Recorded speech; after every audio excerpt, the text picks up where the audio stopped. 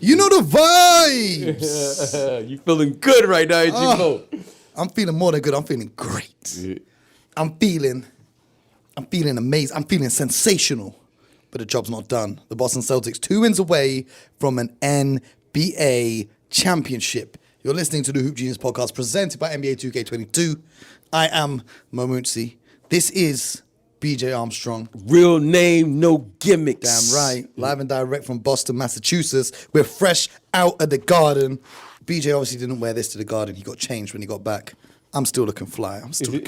Come on, man. I got to flex on them a little bit more. Come on, man. So it's 2 wins away. Great game. Great atmosphere.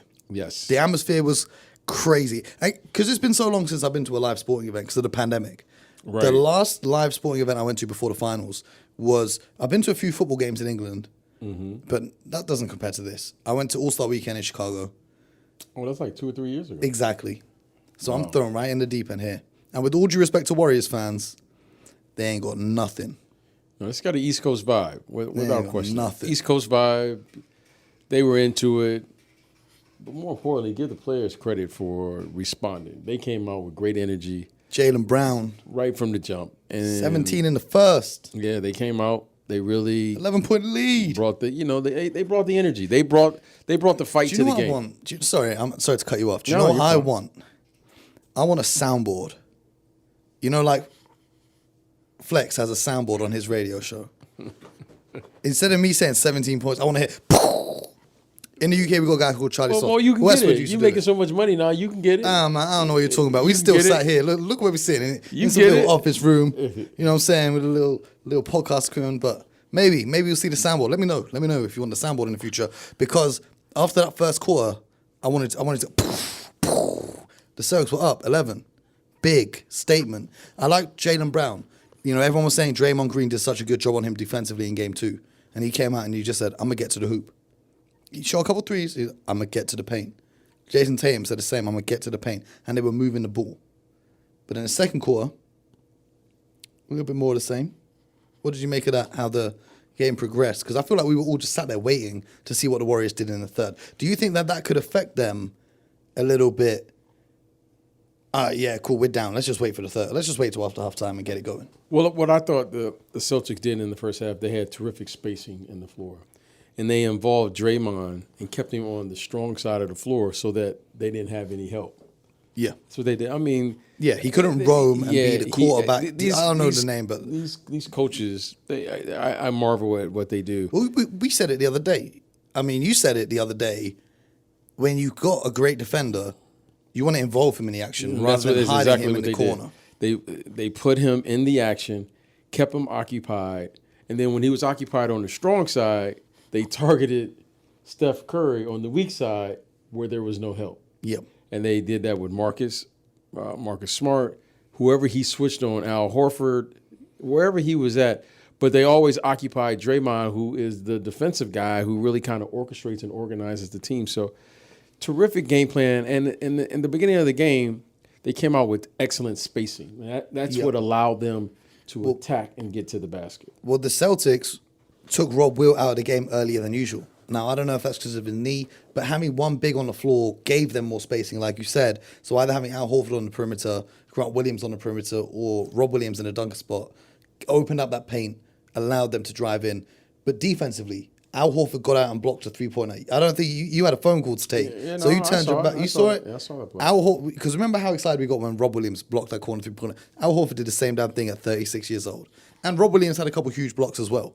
So defensively, Rob Williams was great. Terrific tonight. I mean, Rob Williams and he's clearly hurt. Yeah, he's a different maker, but he's grinding it out.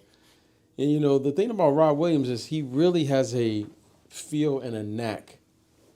You know, he lets you shoot it and then he goes and gets it. That's what's his jump. His second jump. Yeah, he might jump a little bit, but his ability to spring off the floor again is unmatched. Yeah, he lets you do it. He's patient.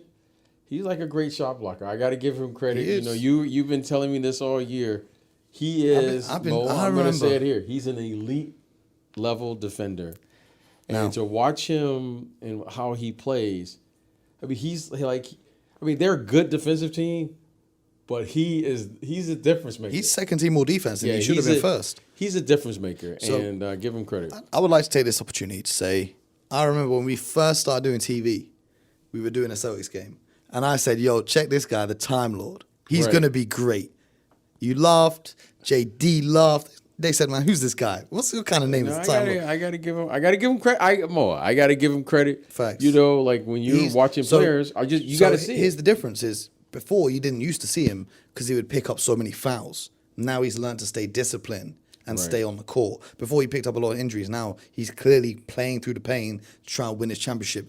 But that second quarter, there was a lot of intensity. Draymond Green and Grant Williams got into a little whatever it is, whatever you call it, in a skirmish. It's not even a skirmish, man. Come on, man. Like a scrum.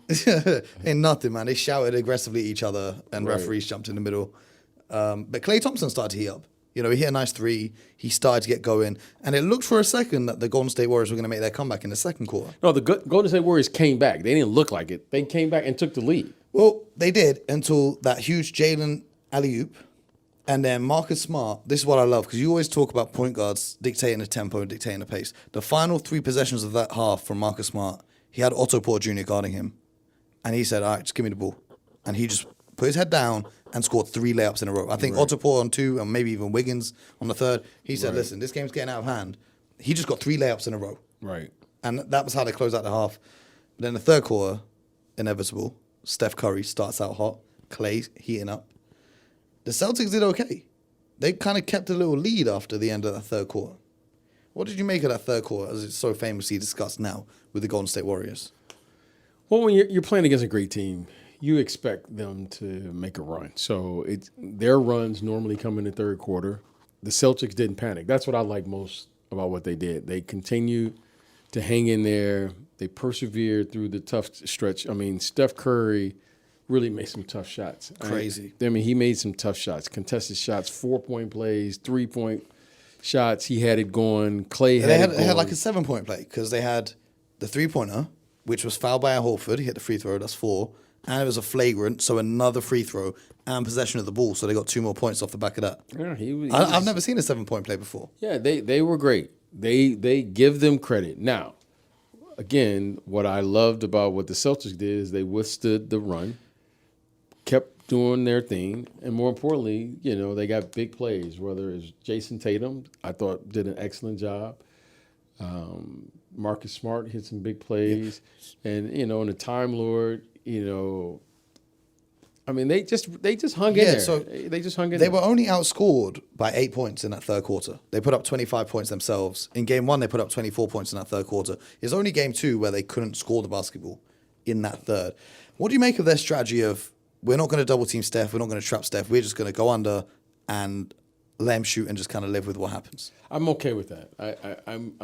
I think what's underrated is because that takes some serious balls. I don't think they're going under to have that strategy. They're supposed to go over the top, but they're getting caught. But give the Warriors credit. The Warriors do an excellent job of screening. Okay, it's clear. Yes, if we call it that. That's what they do. They do an excellent job of screening, and Steph Curry is terrific at utilizing the screen. So I think they're supposed to go over the top to funnel the defense to the Time Lord and these guys. But sometimes they get caught. You know, as a guard, you get caught on the screens. And I'm okay with that. And, you know, look, if he hits a tough shot like he's hitting, you live with it. I like the fact that, you know what, they kept fighting. And I thought Marcus did a terrific job in the fourth. I really did. I thought he played physical. I thought he played tough. And they continued. You said it. He's got to score over 20 points to win. He had 24 points, 7 rebounds, and 5 assists. It's important for him. He has to score to keep everyone honest. He's got to keep Steph. Steph Curry has to be occupied. There was a play that stood out to me where he just posted up Steph. And then said, I'm gonna back you down. I'm gonna score the bucket. You know, I even said to BJ during the game, I was like, BJ, that's how I play basketball. Yeah, I'm gonna find someone lighter than me. I'm gonna put my shoulder in your chest. I'm gonna move you out of the way and get a bucket. if you're playing against Steph, it's a simple game. Steph is going to do what Steph, Steph, he will overwhelm you with his shot making capabilities. But what you have to do is he's going to get his 30. Okay, you hope he just doesn't get 50 because he's capable of doing that. But you got to keep him occupied. And that's what Marcus play just like I told you before game one. If they're going to win this series, Marcus has to score anywhere between 15 and 20 points. And what do you get? 20 with 324 tonight. That way you occupy Steph Curry and you give him something to think about. Mm-hmm. And they did a great job. It was a run there in the second quarter where they were just targeting him. Yep. And that's what you got to do. You have to make him did so well to hold up in the first two games, but it's just too much for him to do. So much on offense and so much. Wiggins gave him 18 and Clay gave him 25. But let's talk about this fourth quarter because the Celtics had a little bit of a lead and they were about to lose that lead. And I want to credit Grant Williams, 2 huge offensive rebounds. Grant Williams won a lot of the 50-50 balls, which the Warriors always expect to win. So give Grant Williams credit for all those little loose balls and things. That's what he does. And then Marcus gets in there. And speaking of the loose balls, we got to talk about a Draymond Green 6th foul. It's not that he wasn't ejected for that play. That just happened to be a 6th foul, where there was a loose ball on the ground. Everyone's diving on it. Steph dives on it. Al Horford dives on it. Marcus, of course, dives on it. Draymond tries to get there, and Marcus is coming away with the ball, and Draymond pushes him. Aside from that and him getting ejected, I thought Draymond didn't have a good game today. The stats never look good, but defensively, he was nowhere near as effective as he was in game 2. And offensively, he wasn't really the Draymond I was expecting to see come out tonight. What did you make of his performance outside of the fouls? Well, okay, when you look at game 1 to game 2, they put him on Jaylen Brown. Why did they put Draymond on Jaylen Brown? Because Jaylen Brown was very effective, I thought, in game 1. He kind of, he went at the kid Poole. He kind of messed up the rotations a little bit. They didn't give Clay the assignment on the defensive end. Yeah. So what they did was in game 2, in a must-win for them, they put Draymond on Jaylen Brown. And I thought Draymond did a terrific job. And Draymond got very physical. Now, he got very physical because they attacked Al Horford, so he couldn't rotate the ball. And then they put Draymond to really contain one of their primary scorers. We didn't see too much about Horford at the top in this one trying to run the offense. This is what the chess match is unfolding before us. This is to me is what makes the game interesting. Now, they did that, and then what did the Celtics do? They took Al Horford, put him on the box, put the Time Lord at the top, and then they started running dribble weave so that way their guards could handle the pressure. And they always kept Draymond on the strong side of the ball. To me, that's the most amazing thing about how good these coaches really are. So they say, well, Draymond didn't have a good game. No, it was not Draymond didn't have a good game. They made a counter to Draymond, and Draymond couldn't find a way to get in the game. But we're so used to him finding that way. Well, I said this before the series, and you and I talked, and I think we said it on the podcast. They have options. Now, a good defensive team is going to take away something. They took away something. But a good offensive team is going to counter it and go to their second, third options of an offense. That's what you do. So today you saw the Time Lord get involved. He only had 2 points. You saw Al Horford get involved early. He only had 2 points in game 2. And Marcus Smart only had 2 points in game 2. So you saw that. And then once you saw that, then you saw them make the counters that they needed to do. Yeah, absolutely. And those guys came up 24, 11, and 8, respectively, for each of them. We didn't see a lot of Looney in this one. And I'm assuming that's because the Celtics went with just the one big lineup. So the Warriors like to have Draymond as their one big, in inverted commas. Looney only got about 15, 16 minutes in the game. Do you think that Steve Kerr goes back to him in the next one?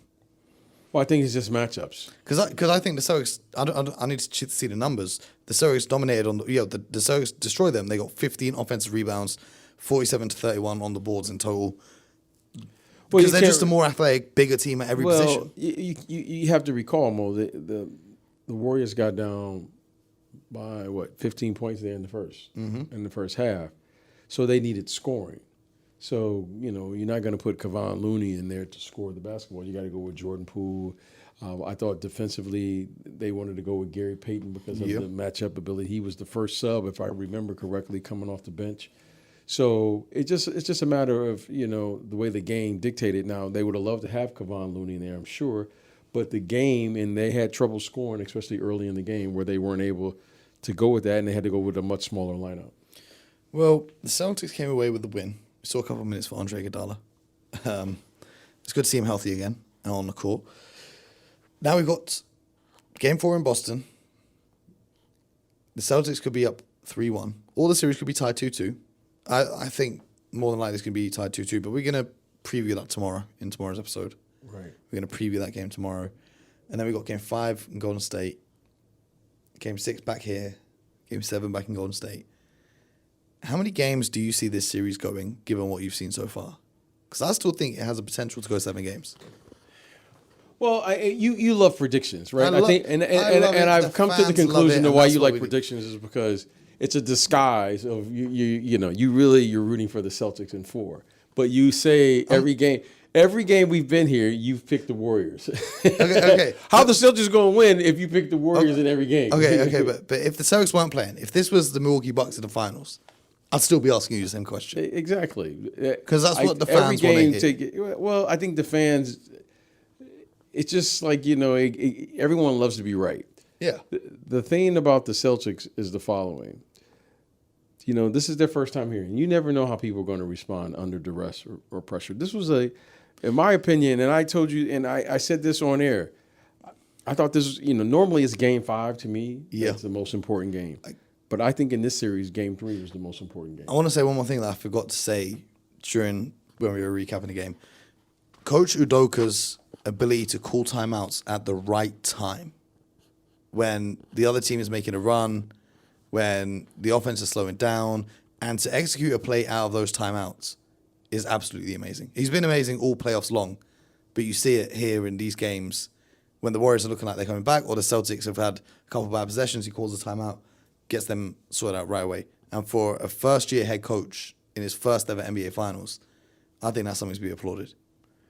Well, he's been around a long time, so he's been around, and I give him credit for understanding his team. His team really responds to his personality, and they've really taken on his personality. They're just a tough group. They play through mistakes, and when he sees a run, he makes sure that his team understands that, and he gives them a play and he settles them down. So. He really has give him credit. He has presence on the sideline. To me, that's the biggest thing about coaching is to have presence. He makes his presence felt every single game. That's what it's about. Every game. He does a terrific job.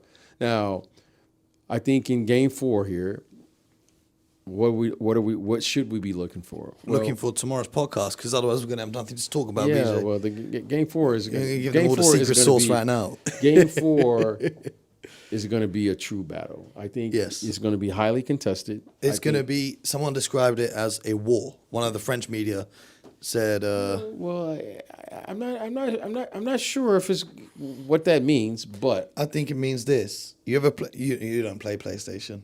No, I don't. You never played a war game. I played in the real games, but I never played PlayStation. Well, no, it's not about basketball, okay. Right? First of all, if it's PlayStation, we play NBA 2K22. But aside from that, whatever console you're playing, war games are like strategy. So there's some games where you don't actually. So you probably see like Call of Duty where people are shooting each other and stuff. There's some games where you don't actually do any of the fighting. You just do the strategy behind. So you have armies and you send them here and send them there. And I think that's what it means is one, you make a move and your opponent makes a move and you counter. It's like it's the same metaphor. A chess match, a boxing match. There's so many different metaphors for it. It's just another word of saying adjustments. Okay. I would love to agree with that, but I will make the argument of this. I don't think there's going to be much strategy in Game 4. Okay. At a certain point during a series, especially when you play that game, it's every other game, right? Yeah.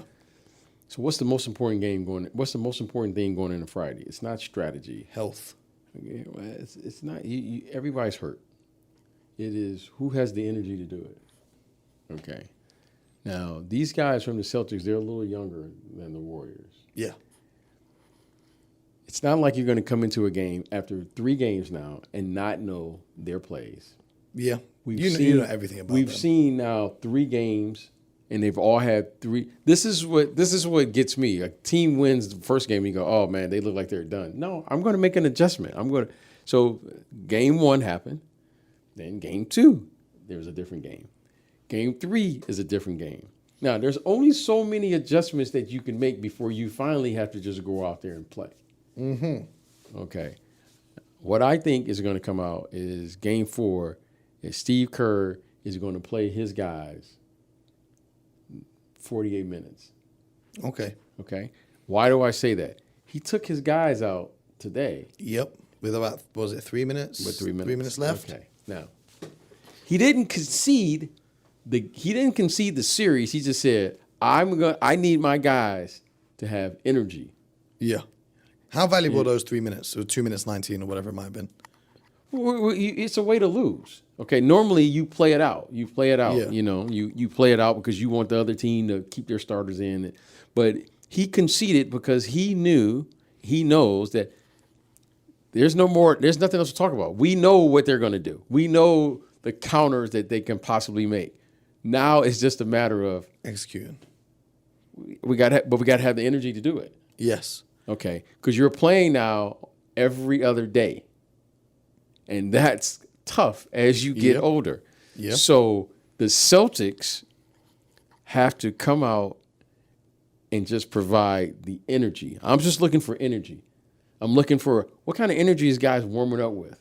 Okay. I'm looking for. I seen you looking at the players going down the tunnel at the end of the game. I'm looking at the energy. Now. Watching the game with BJ is actually fascinating because he looks at everything that most people would not look at. Yeah, I'm just looking at the energy.